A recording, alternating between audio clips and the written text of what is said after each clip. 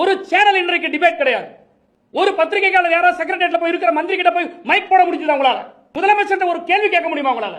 60 நாள் ஆச்சு முதலமைச்சர் என்னைக்காவது வாய் திறந்து பேசியிருக்கிறாரா? இதையெல்லாம் கேட்க செக்ரட்டரியேட்டுக்கு போக முடியல உங்களால? இந்தியா ஒரு மோடியை தான் தாங்க, மாநிலத்துக்கு மாநிலம் ஒரு மோடி வந்தா என்ன ஆகுது இந்தியா? பட் அப்படிதான் இருக்குது. நிலைமை ரொம்ப வித்தியாசமான ஒரு சூழல் தமிழ்நாட்டில் நிலவு.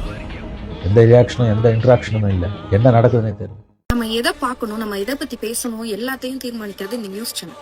ஒரு நியூஸ் சேனலா இருந்துகிட்டு ஒரு சக நடிகரோட படத்துக்கு இவ்வளவு இம்பார்ட்டன்ஸ் தரது. இப்போ நீட் தேர்வுக்காக இந்த அளவுக்கு போராடிட்டு இருக்கிறவங்க, டெல்லியில போராடிட்டு இருக்கிறவங்க ஃபேர் நீட்னு போடுறாங்க, நம்ம பேன் நீட்னு போடுறோம். அவரே தனி தர மாட்டேன்னு சொல்லிட்டு இருக்காங்க. அதை பத்தி போடலாம்.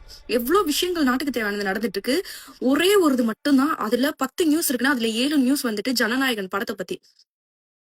வெக்கமால விஜயகாந்த் சார் அவர்கள் சொன்ன மாதிரி நீங்க ஜெயலலிதா போய் கேட்க முடியுமா? கேட்கவே மாட்டீங்கல்ல, பயப்படுவீங்க பத்திரிகையாளர்கள். இந்த சமூக ஊடகங்கள் இந்த மாதிரி நியூஸ் சேனல் எல்லாம் இந்த வேலையை விட்டுவிட்டு வேற வேலை பார்க்கலாம். அசிங்கமா இல்ல?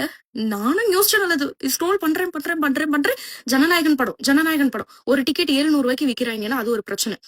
700 ரூபாய்க்கு விக்கிறானா உன்னை யார் போய் பார்க்க சொல்றது? நான் கேக்குறேன். அவ்வளவு இஷ்யூ நடந்துட்டு இருக்கு. நம்ம ஏஜ்ல இருக்க பசங்க எல்லாம் லத்தி சார்ஜ்ல ஆணிய கொண்டு அடிச்சு அந்த அளவுக்கு இருக்காங்க. சென்னையில நீட் தேர்வு நடத்தினவங்கள அந்த பெண்ணை வந்துட்டு வழுக்க டைமும் போலீஸ்காரங்க தூக்கிட்டு போறாங்க. அதெல்லாம் நமக்கு கேட்க துப்பு இல்ல. நமக்கு ஒரு படம் முக்கியம்.